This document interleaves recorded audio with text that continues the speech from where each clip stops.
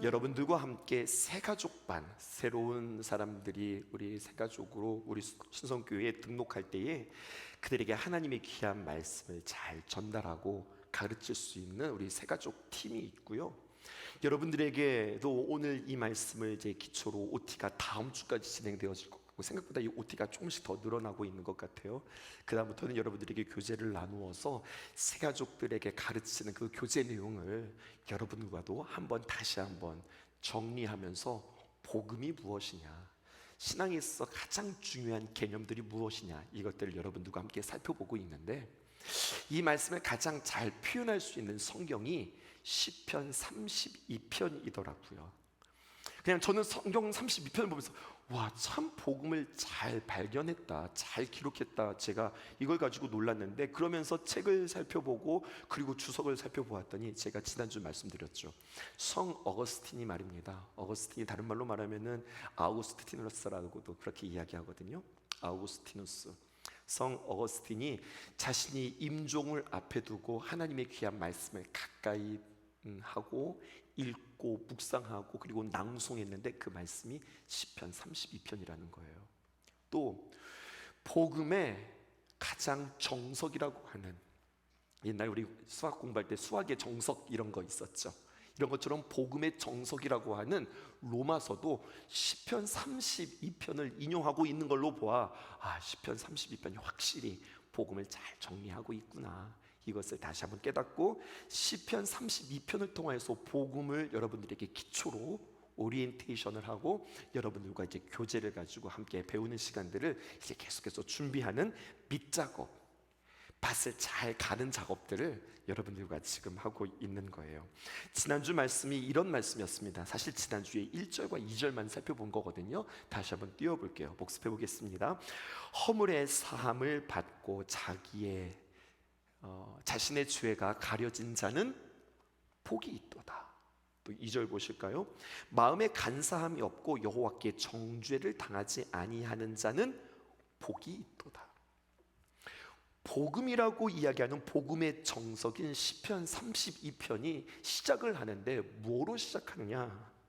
핵심 문장은 복이 있도다 라고 하는 말로 시작되어지더라는 이야기죠. 복이 있도다, 복이 있도다, 1절에서도 2절에서도 강조하고 있어요. 우리는 참 행복하기를 원하죠. 그리고 누가 참 복된 인생이 되어지기를 원하는데, 우리는 이제 믿는 사람들이고 복음을 아는 우리들이 이제 복음을 제시할 때에 각각 많은 선교단체에서는 다른 식으로 첫 말을 전해요. CCC에서는요 이렇게 복음의 첫 말을 띄웁니다. 하나님은 당신을 사랑하시고 당신을 위한 놀라운 계획이 있습니다. 이게 이제 복음의 첫 문장이거든요. 이렇게 시작해요. 또 여러분, 전도 폭발이라는 하는 귀한 전도의 선교단체가 있습니다. 거기서는요 처음 말을 이렇게 시작해요. 사랑하는 형제님, 사랑하는 자매님, 만약 오늘 당신이 이 땅에서 죽음을 맞이한다면 천국에 들어갈 확신이 있습니까? 좀 더 도발적이고 좀 더 진하죠. 이런 얘기예요. 당신 오늘 죽으면 천국 갈 수 있습니까? 이렇게 도전한다고요. 저희 교회에서는요 이렇게 복음의 첫 문을 열고 싶은 거예요. 사람은 누구나 복 받기를 원하고요, 행복한데요, 요즘 어떠세요? 행복하세요? 이게 이제 우리 복음의 첫 문인 거죠. 이렇게 우리는 복음을 시작할 거예요. 왜? 성경이 보니까 복이 있도다, 복이 있도다 그렇게 이야기하는데, 정말 복이 있다고 하는데 내가 복이 있나? 이거를 우리가 점검해 볼 필요가 있기 때문에 그런 것입니다. 그러니까 우리는요 행복의 조건이 있잖아요. 근데 그 행복의 조건을 이렇게 생각하는 거예요. 돈이 있으면 행복하지, 또 나의 자리가 확실할 때 내가 행복할 수 있겠다, 혹은 많은 사람들의 칭찬과 인정이 있으면 참 행복하겠다, 내가 건강하면 참 행복하겠다, 내가 좀 외모가 수려하고 키가 크면 난 참 행복할 것 같다. 여러분, 이것이 모여지고 이것을 챙기고 이것이 갖춰지고 이것이 세워지면 행복할 것 같은데요, 그렇지 않더라고요. 제가 우리 성도들의 사랑을 얼마나 많이 받는데, 목사님, 세상에 제가 목사님 책에서 봤잖아요. 세상에 그 바쁜 중에 어떻게 그렇게 그 매일마다 여러분들 가정 예배에서 쓰시는 하늘의 양식 있죠? 아니, 하늘의 양식이 목사님 나오셨어요. 아니, 언제 그것도 다 쓰셨어요? 저는 쓴 적이 없는데. 목사님 박진영이라고 거기 우리 목사님 이름 나왔던데? 저는 박진형입니다. 하여튼간 조금만 비슷해도 다 우리 목사님이야. 조금만 비슷해도 우리 목사님, 뭐 조금만 잘하는 거 있어도 우리 목사님 그렇게 사랑해 주시는데, 그래서 목사님 요즘 행복하세요? 그런데요, 여러분 그렇게 많은 사랑을 받지만 아니요, 말씀 앞에서 행복해야지. 내가 어떤 그러한 조건들로 행복하지 않다고요. 세상은 가지면 행복하다고 생각해요. 그 위치에 서면 행복하다고 생각해요. 내가 뭔가를 갖추면 행복하다고 이야기해요. 근데 그것은 세상의 이야기예요. 성경은 우리에게 행복의 조건이 무엇이냐 이렇게 이야기한다고요. 그것은 죄와 관련이 있다 이렇게 우리에게 이야기하고 있어요. 너무 진지하게 들으시면 안 되는데, 이거 지난주에 다 한 이야기인데, 여러분, 행복은 무엇과 관련이 있다? 죄와 관련이 있다는 거예요. 죄의 문제를 해결받아야 복이 있다. 이게 지난주 여러분들과 함께 나누었던 말씀이에요. 죄란 무엇이냐? 정의하세요. 죄가 뭐예요?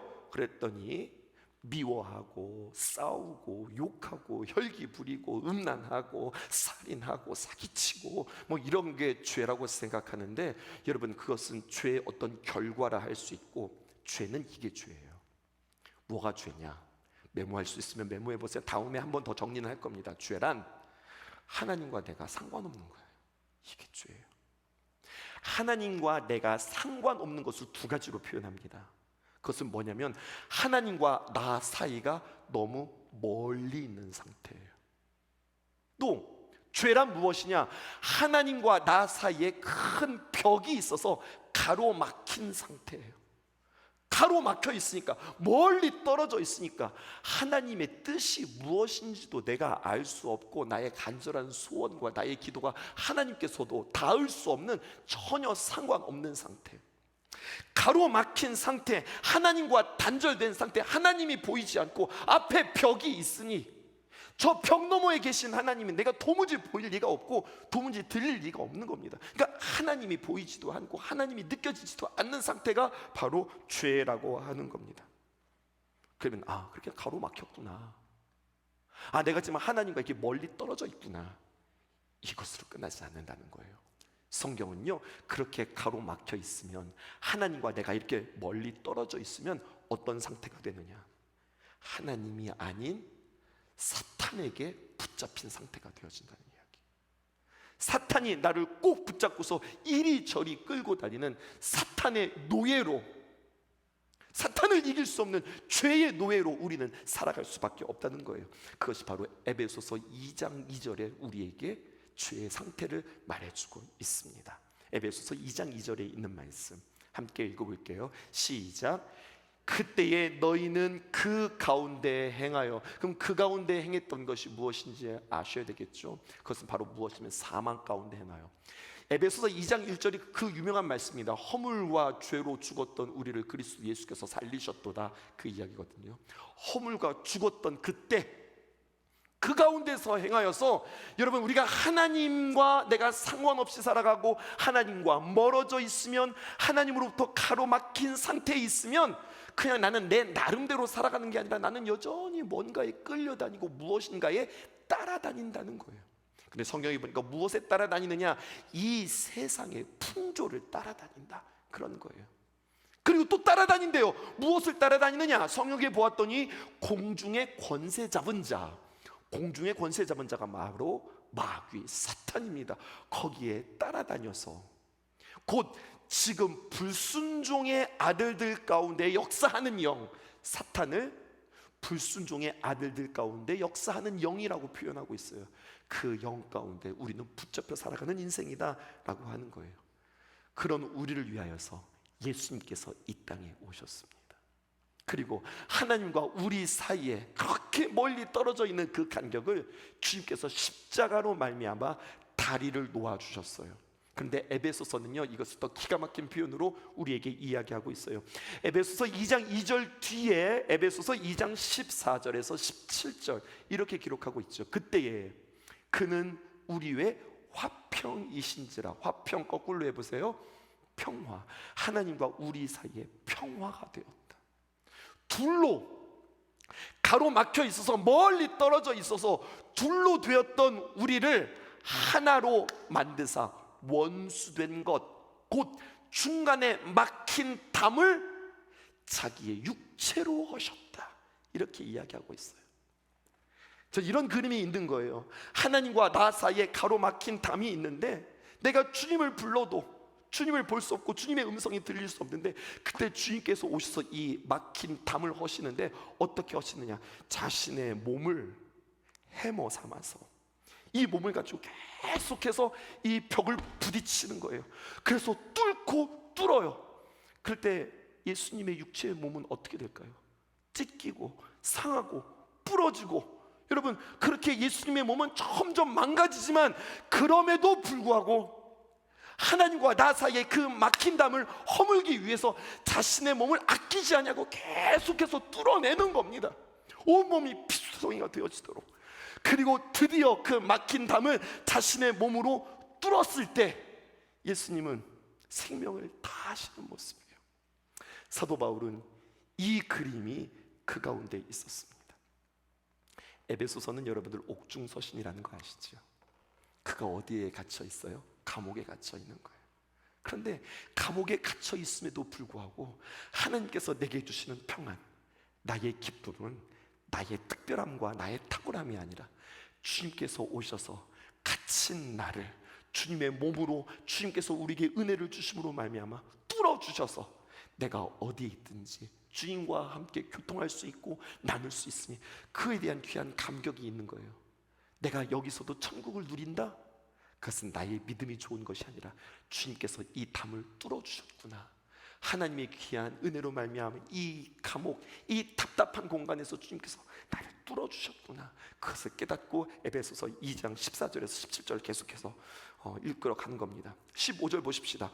법조문에 된 계명의 율법을 폐하셨으니 이는 둘로 자기 안에서 한 새 사람을 지어 우리를 다시 한번 새 사람을 지어서 화평하게 하시고, 16절 보세요. 또 십자가로 이 둘을 한 몸으로 하나님과 화목하게 하려 하심이라. 원수된 것을 십자가로 소멸하시고, 17절에 있는 말씀입니다. 또 오셔서 먼 데 있는 너희에게 평안을 전하시고 가까운 데 있는 자들에게도 무엇을 전하셨습니까? 평안을 전하셨으니. 그러니까 먼 데 있는 사람, 가까이 있는 사람, 이 말을 합치면 무슨 말이 되는 겁니까? 멀고 가까이 있는 사람들, 모든 사람들이라고 하는 뜻이에요. 사도 바울은 여기에서 이방인과 유대인들을 이야기하기도 해요. 그런데 당신의 신분과 당신의 출신과 상관없이 모든 자에게 하나님의 귀한 은혜로 말미암아 평안을 전하셨으니 이렇게 이야기하는 겁니다.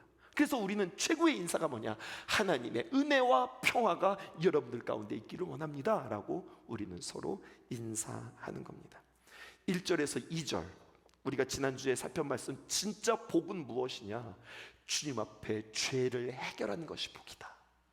이것이 핵심 문장이었습니다. 그럼 두 번째, 3절에서 5절까지는 우리에게, 그렇다면 그렇게 죄를 해결하는 것이 우리에게 복인데 많은 사람들은 죄를 해결하지 않더라는 이야기예요. 죄를 해결하지 않았을 때, 다시 말하여서 회개하지 않았을 때의 고통을 이야기하는데, 고통은 이런 것입니다라고 그냥 이야기하는 것이 아니라 다윗이 자신의 간증을 하고 있는 거예요. 오늘 시편 32편에 있는 말씀은 연구하고 묵상하고 자료를 모아서 이야기하는 것이 아니라 하나님 앞에서 자신이 체험한 하나님의 귀한 은혜를 간증처럼 표현하고 있는 겁니다. 3절에서 4절에 있는 말씀입니다. 내가 입을 열지 아니할 때에 종일 신음함으로 내 뼈가 쇠하였도다. 4절 우리 함께 읽어보십시다. 시작. 주의 손이 주야로 누르시오니 내 진액이 빠져서 여름 가뭄에 마름같이 되었나이다. 3절을 다시 한번 열어주시죠. 고백하지 않은 죄가 있어요. 다시 말해서 회개하지 않으므로 혹독한 대가를 지금 이 시편의 저자 다윗은 경험하고 있어요. 사랑하는 성도 여러분, 저는 오늘 이 말씀 읽으면서 우리 성도들에게 이것을 축복해야 되겠다, 이 복을 빌어야 되겠다고 새롭게 깨달아졌던 하나님의 말씀이 있어요. 하나님, 우리 신성의 성도들에게, 저에게 하나님 무엇보다도 영적인 감각이 살아나게 해주세요. 여러분, 이것이 하나님 앞에서 귀한 복인 줄 믿으시기 바랍니다. 영적인 감각. 여러분, 성경에 보면요, 문둥병자, 우리 성경에는 이제는 문둥병자라고 이야기하지 않고 납병 환자라고 기록되어져 있는데, 납병 환자들이 주님 앞에서 고쳐진 이야기들이 많이 기록되어져 있어요. 그런데 여러분, 납병 환자들의 증상이 뭔 줄 아세요? 자신의 몸은 문드러지고 진물이 나고 점점 망가짐에도 불구하고 그 통증을 느끼지 못하는 데에 문제가 있는 거예요. 아프지 않은 데에 문제가 있는 거예요. 여러분, 주님 앞에 주님 나에게 영적인 감각이 있게 해주세요 라고 하는 그 기도의 구체적인 기도는 두 가지입니다. 이 기도를 꼭 하세요. 하나님 앞에서 이 간구를 하실 수 있기를 바랍니다. 영적인 감각이 무엇이냐? 첫 번째, 하나님, 내 영혼이 주님 안에서 만족합니다. 하나님, 내 영혼이 벅찹니다. 하나님, 내 영혼이 힘을 얻습니다. 내가 활력을 얻습니다. 하나님, 내 기쁨이 내 안에서 넘칩니다. 주님을 만남으로 내 안에서 느껴지는 이 황홀한 감격, 무엇이라 표현할 수 없는 이 넘침, 이 뿌듯함, 이 벅참, 세상에서 이건 무엇을 갖다 줘도 얻을 수 없는, 이건 하나님께서만 우리에게 주시는 이 감각, 기쁜 감격, 벅참과 만족, 이 감각이 있게 해주세요. 여러분들 기도하실 수 있기 바라요. 수련회를 통하여서, 우리가 귀한 집회들을 통하여서 이 체험들이 있기를 주님의 이름으로 축복해요. 야, 내가 이 맛을, 이 감각을, 이 인격적인 만남을 내가 경험했구나. 세상에서는 맛보지도 못했던 이 만족함이 내 안에 있구나. 이 감각이에요. 그런데 두 번째 감각이 있어요. 이 두 번째 감각은 이런 감각이에요. 주님, 내 영혼이 답답합니다. 내 영혼이 공허합니다. 주님, 내가 왠지 힘이 없습니다. 그렇게 푹 자고 그렇게 많이 먹었는데도 나에게 힘이 없습니다. 더 예민하게 느껴지면 어떻게 되냐? 주님, 내가 숨이 찹니다. 주님, 내가 숨을 쉴 수가 없습니다. 여러분, 근데 이 모든 감각들이 어디서 살아나는 줄 아세요? 내가 주님 앞에서 죄를 해결 안 받고 죄가 해결되어지면 죄로 해결되어지는 것은 끝난 것이 아니라 그 가운데 성령님께서 우리에게 오셔서 우리를 좌정하시고 다스리세요. 그 감격이 있는 거예요. 이 맛. 그런데 성령님이 내 안에 계시지 않고 내 안에 죄가 있음으로 인하여서 죄가 자라고, 여러분, 지난주의 말씀에 죄가 그냥 죄로 있는 것이 아니라 죄가 자라나서 어느새 우리를 좌정하고 죄가 다스린다니까요. 죄가 우리를 정말로 만신창이로 만든다니까요. 당자 이야기 주일날 여러분들과 참 가슴 뜨겁게 나누었잖아요. 하나님의 존귀한 존재를 돼지처럼 만들어버리는, 짐승처럼 만들어버리는 그 사탄의 계략을 보세요. 그런데 그에게는 감각이 있었어요. 뭐냐? 나 짐승이 아닌데, 내가 그래도 내 아버지에게는 참 사랑받는 아들이었는데 내 인생을 내가 이렇게 살 수는 없지. 내가 이렇게 진흙탕에서 뒹굴 수는 없지. 많은 사람들이 조롱하고 짐승 취급하고 돼지 취급당하는 내가 이런 모습으로 내가 살아갈 수 없지. 이 감각이 있었던 거예요. 그러므로 나는 이렇게 살아가지 않는다. 나는 이렇게 살아갈 수 없다. 자각하고 깨닫고 주님께로 돌아가는 거잖아요. 아버지께로 돌아가는 거잖아요. 이 감각입니다. 참 내 심령 가운데 답답하고 가란 그러한 감각 말이에요. 우리가 시편 32편을 보면서 이 말씀을 묵상하면서 3인칭 관찰자 시점에서 볼 때에 저는 이렇게 고백했어요. 메모를 이렇게 했어요. 다윗, 그래도 당신은 행복자입니다. 왜? 충만한 경험과 그 맛, 그 체험이 있으니. 공허한 경험, 그 상태, 그 체험이 있어서 몸둘 바를 모르니 당신은 행복자입니다. 여러분, 이게 생명이 있다는 뜻이거든요. 생명이 있으면 답답함을 느껴요. 생명이 있으면 기쁨을 느끼는 거예요. 그런데 생명이 없으면 죄를 지어도 생명이 닿아도 기쁨도 없고 답답함도 없는 송장의 상태란 말입니다. 죽은 자의 상태란 말입니다. 다윗은 죄로 말미암아 혹독한 대가를 치루어요. 3절 띄워보세요. 종일 신음합니다. 이것은 무슨 뜻이냐면 감정적 고통을 말하는 거예요. 또 내 뼈가 쇠하였도다. 이것은 육체의 고통을 말하는 거예요. 죄가 자신에게 해결되지 않자 자신의 심정적인 고통과 육체적인 고통이, 내적과 외적 고통이 그에게서 경험되어지는 겁니다. 4절 말씀 보세요. 주의 손이 주야로 누르시오니 내 진액이 빠져서 여름 가물의 마름같이 되었나이다. 주님께서 내 죄악으로 인하여서 그냥 꽉 누르는, 죄를 지어서요 여러분, 내 마음속에 답답하고 막 이 가슴 위에다 커다란 맷돌을 딱 올려놓은 것 마냥 숨 쉴 수 없는 우리의 영적인 상태를 내가 맛보고 있다면, 내가 그런 느낌들이 있다면, 그래도 당신은 살아있는 거예요. 내 안에 생명이 있다는 겁니다. 생명이 없으면 그 답답함도 느끼지 못하는 거예요. 그때 다윗은 아주 중요한 표현 5절에서 이렇게 표현합니다. 내가 이르기를 내 허물을 주께 자복하리이다 하고 내 죄를 아뢰고 내 죄악을 숨기지 아니하였더니. 기가 막힌 교리가 여기에 또 등장해요. 여러분, 허물 밑줄 치시고 죄 밑줄 치시고 죄악을 밑줄 치세요. 1절과 2절에 나왔던 표현이 다시 한번 반복됩니다. 허물, 이제 우리는 알 수 있죠. 이게 무슨 죄예요? 모르고도 지은 죄. 죄는 무엇이에요? 알고도 지은 죄, 고의로 지은 죄. 나 삐뚤어질 거야 이랬던 죄악을 말하는 거죠. 죄악이라고 하는 겁니다. 죄악이 뭐예요? 허물과 죄로 인하여서 그것이 방치됨으로 말미암아 사탄이 다스리고 주장하여서 그의 죄의 결과, 그 죄의 열매가 무성히 열매 맺어진 상태.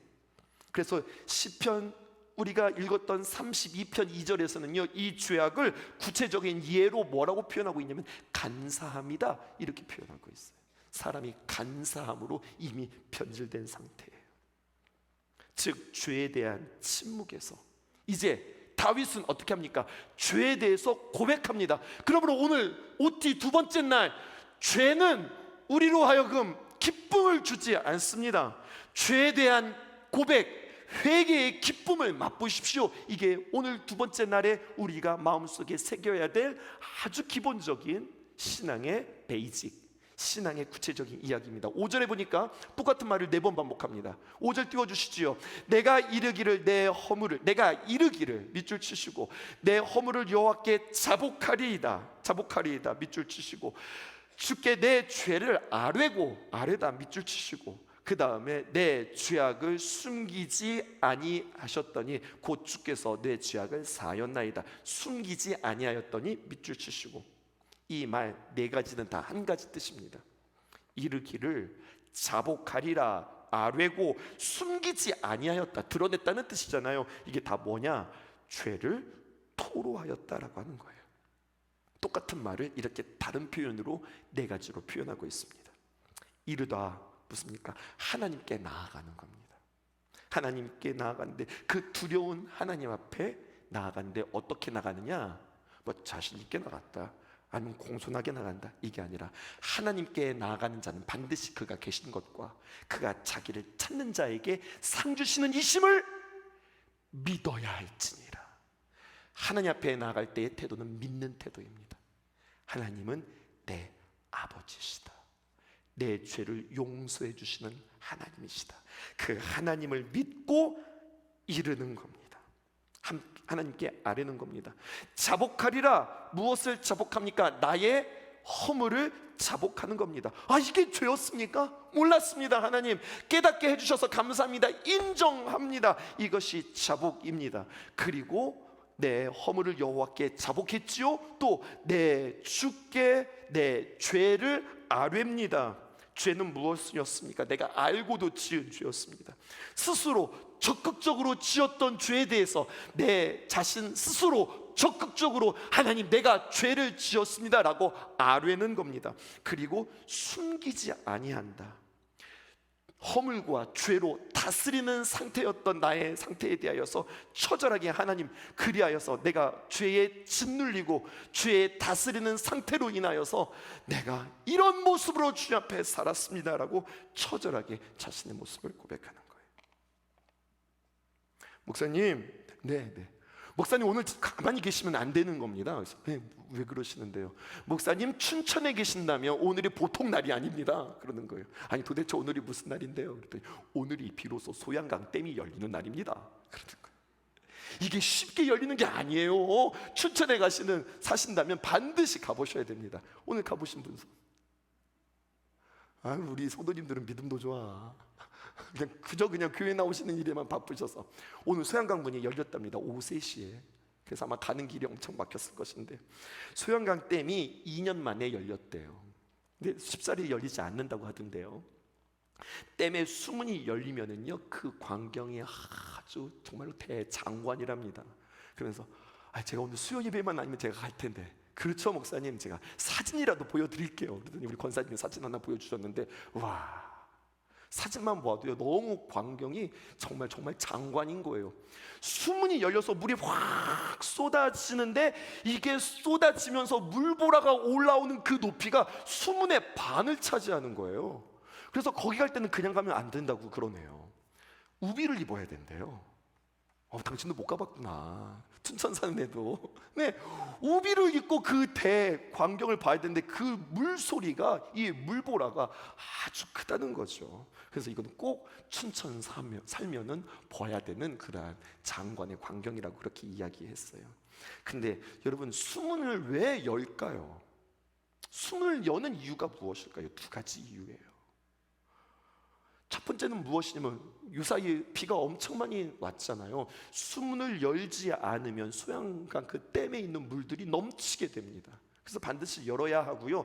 또 한 가지 이유는, 여러분 이게 더 큰 이유이고 오늘 말씀을 준비하는데 굉장히 큰 인사이트가 있었어요. 하여튼 그러니까 좋은 이야기 있으면 다 저한테 이야기해 주세요. 이게 성경과 다 연결이 되니. 어떤 뜻이냐면 이런 뜻인데요, 물이 너무 많으면 그러면 댐이 압력을 받음으로 인해서 이 댐이 위험하다는데요. 그래서 이 문을 적당히 어느 정도 수위가 차면 더 이상의 압력이 있기 전에 문을 열어서 이 압력을 조절해야 된다는 거예요. 그러면서 죄가 생각이 났잖아요. 여러분 마찬가지입니다. 댐의 벽이 압력을 받고 양이 많아지면 이 댐이 무너질 수밖에 없기 때문에 우리 또한 우리의 입을 열어, 여러분 우리가 죄를 토로하지 않으면 내 영혼이 압박을 당하고 압력을 느끼고 눌림을 경험한다고 하는 사실입니다. 이 감각이 있어야 된다니까요. 죄가 내 안에 그냥 있는 게 아니라 죄는요 반드시 생명력입니다. 그냥 죄를 짓고 그냥 가만히 있으면 없어지는 게 아니에요. 죄는 예수 그리스도의 십자가의 보혈로 말미암아 온전히 해결되어지는 것이지 시간이 지난다고 해결되어지는 것이 아닙니다. 여러분, 시간이 지나고 방치되어지면 그것이 무성히 자라서 오히려 그것이 나를 좌정하고 다스리게 되어진다니까요. 아주 심각한 상태가 되어지는 겁니다.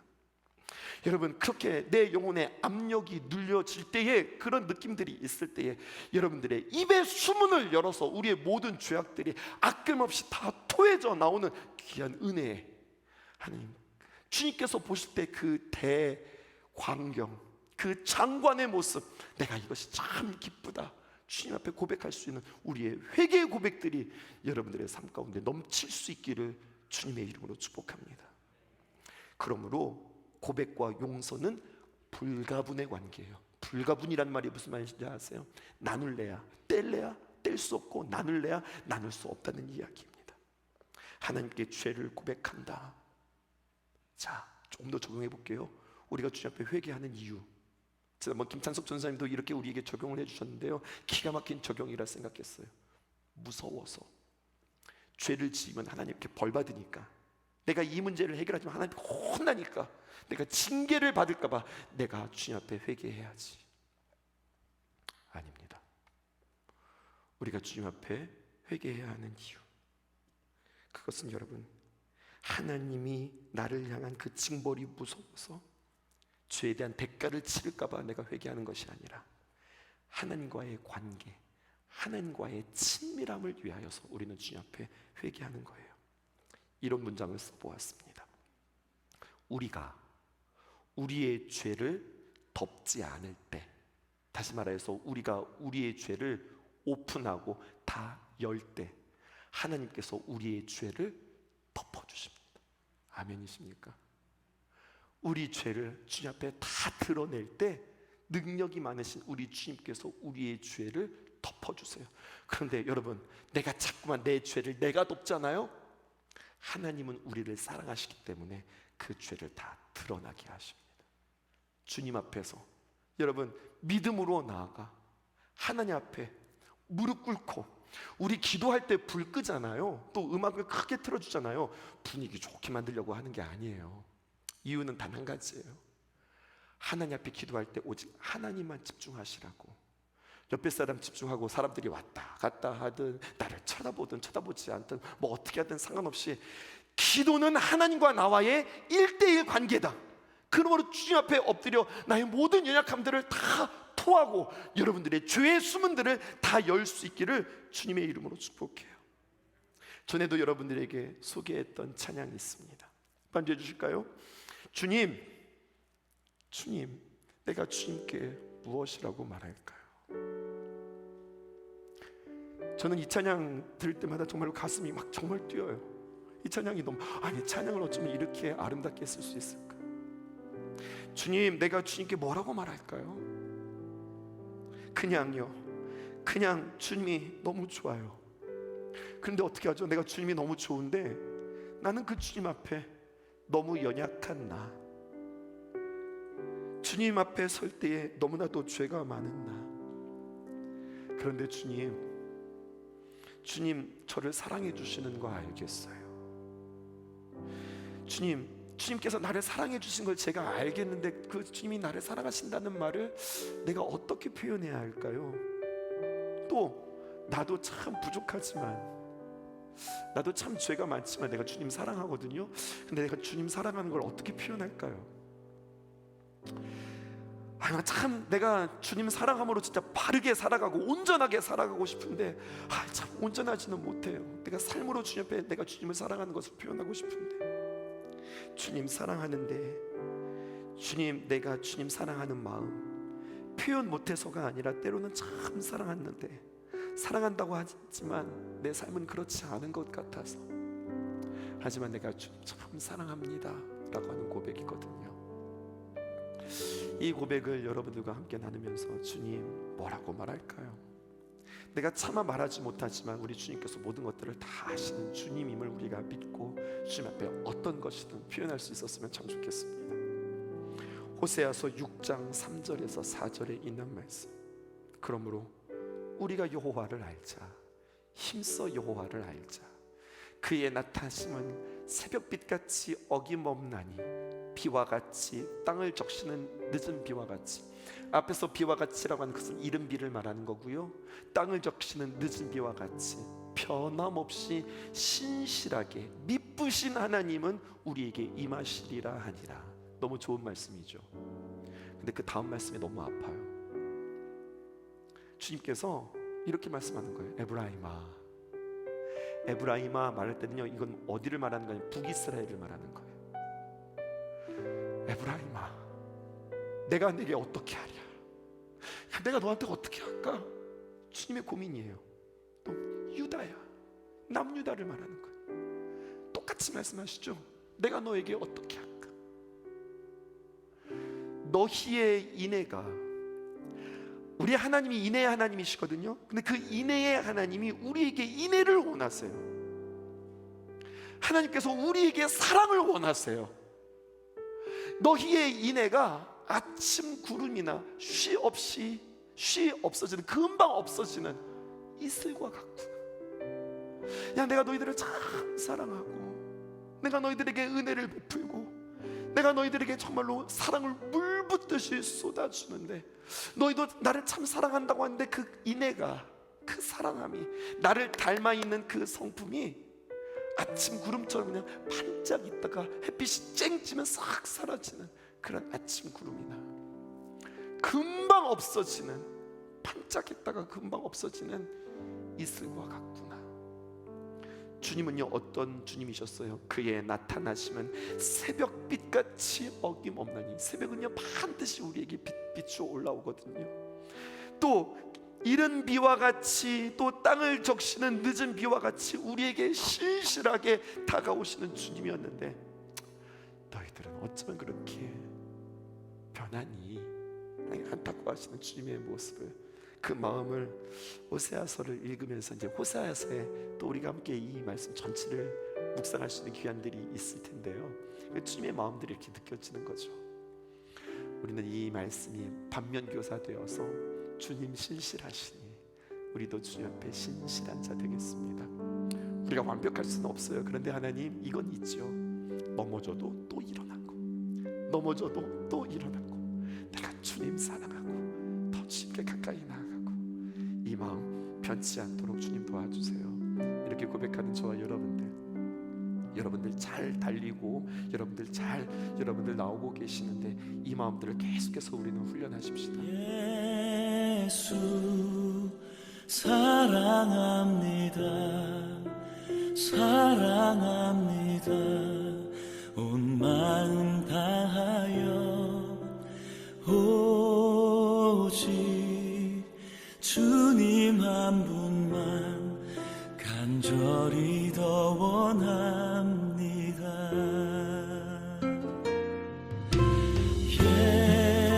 예수 사랑합니다. 사랑합니다. 온 마음 다하여 오직 주님 한 분만 간절히 더 원합니다.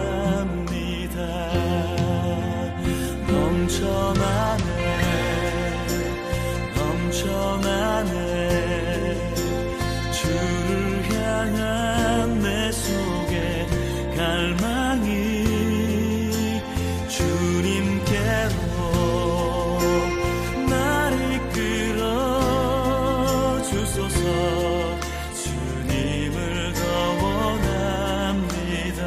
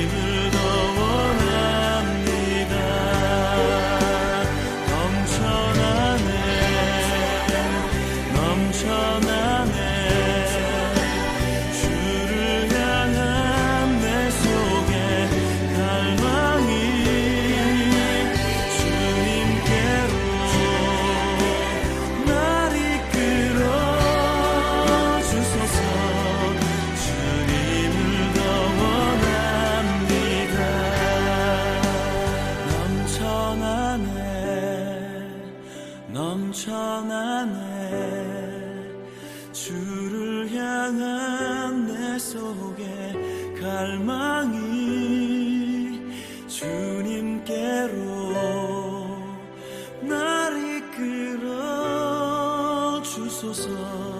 주님을 더 원합니다.